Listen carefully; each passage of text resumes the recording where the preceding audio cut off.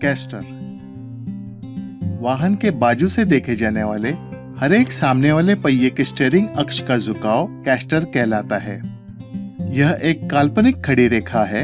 यदि स्टीयरिंग अक्ष पीछे की ओर झुकता है तो कैस्टर एंगल पॉजिटिव होता है।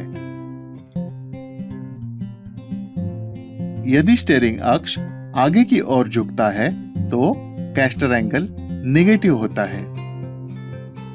एक सामान्य पॉजिटिव कैस्टर वाहन को स्थिरता प्रदान करता है और स्टीयरिंग व्हील को मुड़ने के बाद पुनः सीधा करता है। दूसरी ओर पॉजिटिव कैस्टर पहिया घुमाने के लिए किए गए प्रयास को बढ़ाता है। निगेटिव कैस्टर फ्रंट टायर को घिसने में योगदान देता है। रियर पहियों के लिए कैस्टर नापा नहीं जाता है।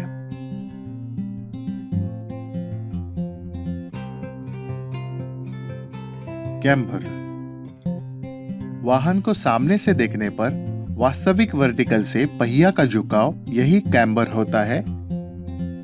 यदि टायर शीर्ष में ऊपर की ओर झुकता हुआ दिखाई देता है तो कैम्बर पॉजिटिव होता है।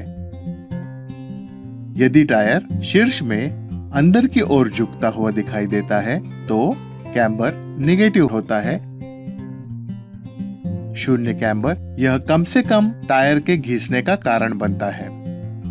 पॉजिटिव कैम्बर टायर के अंदरी हिस्से से ज्यादा टायर के बाहरी हिस्से का घिसने का कारण बनता है।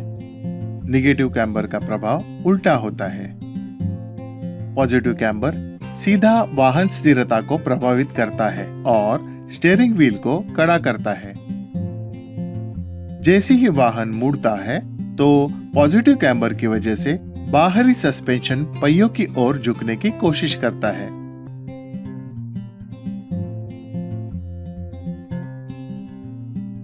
जब पहिया फिर से सीधा होता है तो गाड़ी का वजन स्टीयरिंग एक्सिस को दबाता है और पहियों के सीधे करने में मदद करता है। निगेटिव कैम्बर मुड़ते समय टायर का बगल में खिसकने की प्रवृत्ति का विरोध करता है। यह वाहन संचालन के लिए लगने वाले प्रयास यानी स्टीयरिंग एफर्ट्स को भी बढ़ाता है। कैम्बर आगे और पीछे दोनों पहियों में लागू होता है। पीछे के पहिए में आमतौर पर शून्य कैम्बर होता है, लेकिन इंडिपेंडेंट रियर सस्पेंशन वाले वाहनों में रियर व्हील कैम्बर होता है।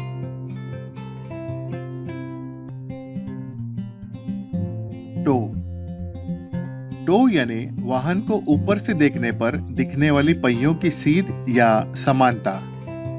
जब आगे और पीछे की पहियों की जोड़ी पहियों के सामने वाले छोर से अंदर की ओर मुड़ी होती है तो वह टो इन होता है। पहिए बाहर की ओर मुड़े हो तो वह टो आउट होता है। जीरो या शून्य टो यानी पहिए जब सीधे होते हैं तो वह कम से कम टायर घिसने का कारण बनते हैं। बहुत अधिक टो इन की वजह से टायर के बाहरी किनारों की लाइनें अंदर की हर एक किनारों की लाइनों से ज्यादा घिसती है। बहुत ज्यादा टो आउट से विपरीत प्रभाव होता है। जब वाहन गतिमान होता है तब टो कम या गायब हो जाता है, क्योंकि पहिए घूमने की वजह से सीधे हो जाते हैं और स्टीयरिंग लिंकेज थोड़ा लचीला हो जाता है। स्टीयरिंग टाई रॉड की गलत लंबाई या गलत एंगल पर लगाने से टो में बदलाव आता है। बाहरी टाई रॉड का सिरा सस्पेंशन के कंप्रेस और एक्सटेंड होने के साथ ऊपर नीचे होता है। यदि टाई रॉड की लंबाई और एंगल गलत है तो यह स्टीयरिंग आर्म को खींचती है या ढकेलती है और पहिया को एक नई दिशा में लक्षित करती है। वाहन जब उभार या गड्ढे पर से गुजरता है तो स्टीयरिंग व्हील के एक तरफ के झटके से वाहन चालक को यह महसूस होता है। Toe out on turn. Toe out on turn यानी टर्निंग रेडियस। जैसे ही वाहन मुड़ता है, बाहर वाला सामने का पहिया अंदर के पहिए की तुलना में कम एंगल में मुड़ता है। मुड़ने के दौरान यह सामने वाले पहियों का टो आउट का कारण बनता है।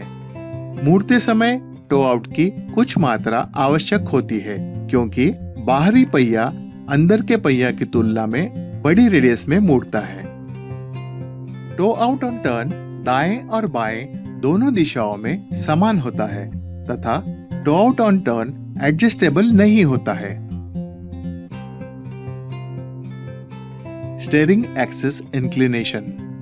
स्टीयरिंग एक्सिस इंक्लिनेशन यानी कि SAI वाहन को सामने से देखने पर पाया जाने वाला वर्टिकल से स्टीयरिंग अक्ष का झुकाव होता है। यह स्ट्रट माउंट के लोअर और अपर बॉल जॉइंट केंद्र के माध्यम से एक रेखा द्वारा बनाया हुआ एंगल होता है। SAI स्टीयरिंग फील और स्थिरता को प्रभावित करता है। उच्च SAI सख्त स्टीयरिंग फील और स्थिरता को प्रदान कर सकता है। SAI और कैम्बर के गठन से निर्माण होने वाले एंगल को इंक्लूडेड एंगल कहा जाता है। यदि कैम्बर पॉजिटिव है तो इंक्लूडेड एंगल SAI से बड़ा होता है। यदि कैम्बर नेगेटिव है तो इंक्लूडेड एंगल SAI से कम होता है।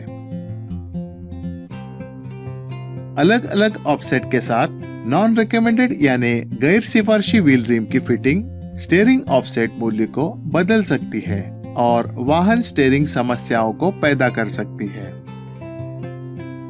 Ride height. राइड हाइट अक्सर सामने या पीछे वाले रॉकर पैनल के नीचे से या पहिए के लिए उपलब्ध जगह के ऊपर से यानी व्हील वेल से नापी जाती है, क्योंकि वाहन बॉडी पैनल सबसे सटीक डेटा पॉइंट नहीं है।